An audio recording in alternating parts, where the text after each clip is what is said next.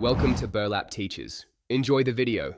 In this video, I will explain how to play Pokémon Ultra Sun and Moon on Android. First, ensure your Android device meets the minimum specifications for emulation, typically a powerful processor and at least 4 GB of RAM. Next, you will need to download and install a Nintendo 3DS emulator application.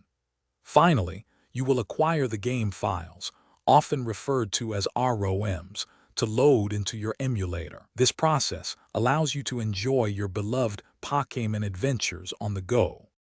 To begin, you will need a reliable Nintendo 3DS emulator. Citra is a popular choice, known for its compatibility and performance on Android devices.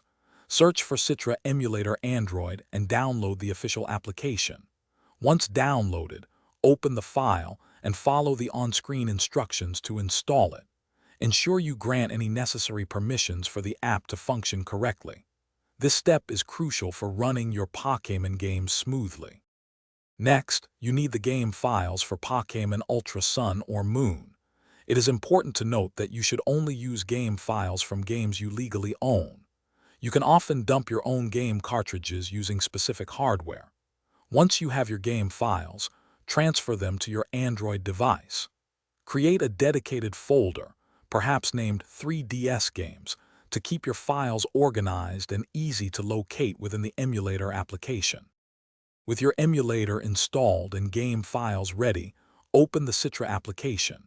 Navigate to the folder where you saved your Pokémon Ultra Sun or Moon game files and select the game.